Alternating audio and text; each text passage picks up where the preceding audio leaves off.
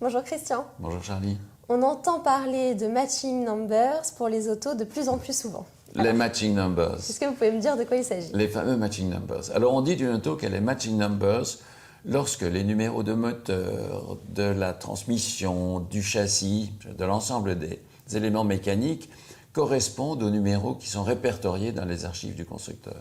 Donc on dit d'une auto qu'elle est matching numbers lorsqu'elle est entièrement conforme à ses spécifications d'origine, numéros compris lorsqu'elle est sortie de l'usine. D'accord. Est-ce que c'est le cas pour les couleurs? Oui, alors on a commencé par les matching numbers, maintenant on rajoute les matching colors, ce qui signifie que la voiture est aujourd'hui dans la couleur ou les couleurs dans lesquelles elle est sortie d'usine aussi. Est-ce que ça a une vraie importance? Alors, à mon sens, c'est très surfait. C'est un argument commercial. Je ne sais pas qui l'a inventé, mais depuis quelques années, on voit ça dans les petites annonces, dans les descriptions des ventes aux enchères, matching numbers, matching colors.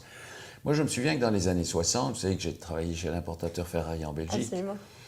On avait toujours en magasin un ou deux moteurs de réserve qui étaient prêts à être montés dans une automobile si jamais on en rentrait une qui avait un gros pépin mécanique. Ça rendait service au client parce que c'était évidemment beaucoup plus rapide d'enlever un moteur et d'en monter un autre que de sortir le sien, le réparer et le remonter. Donc on rendait service. Ça fait partie de l'histoire de la voiture. Donc tant que les spécifications d'origine sont respectées, pour moi, il n'y a pas de gros problème. Si on monte un moteur Chevrolet dans une Ferrari, c'est autre chose. Ça s'est fait aux États-Unis en particulier, à une époque. Mais un moteur conforme aux spécifications d'origine, avec un numéro 4 au lieu d'un numéro 3, oui, à mes yeux, c'est pas très grave. Ça a peu d'importance. Je dirais, il y a deux bémols quand même. Le premier, ce sont les automobiles qui participent à des concours. Dans les concours, entre deux automobiles comparables, celle qui a ces éléments d'origine sera certainement privilégiée par rapport à celle dont le moteur aura été remplacé. Il y aura probablement une pénalité si le moteur n'est pas matching number. Ah, ça aura quand même une incidence sur les points alors. Oui, c'est une façon à la limite de départager des ex-aequo. Donc, si vous voulez participer à un concours, ça fait partie des éléments que vous pourriez prendre en considération. D'accord.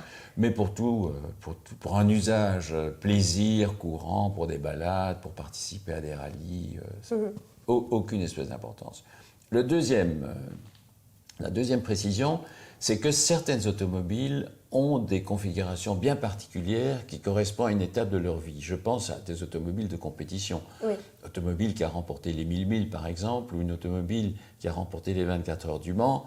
C'est vrai qu'il faudrait, en les restaurant, les remettre conformes à une photographie de cet instant-là. Automobile qui a remporté les 1000 milles en étant gris-argent avec des numéros rouges. Il ne faut pas qu'elle devienne rouge avec des numéros noirs. Non, il faut garder une cohérence quand même. Oui. Exactement. Là, je dirais c'est important. Mais encore une fois, pour le reste, ça me paraît être un argument commercial. Je ne sais pas qui l'a inventé. D'accord. Merci beaucoup, Christian. Merci, Charlie.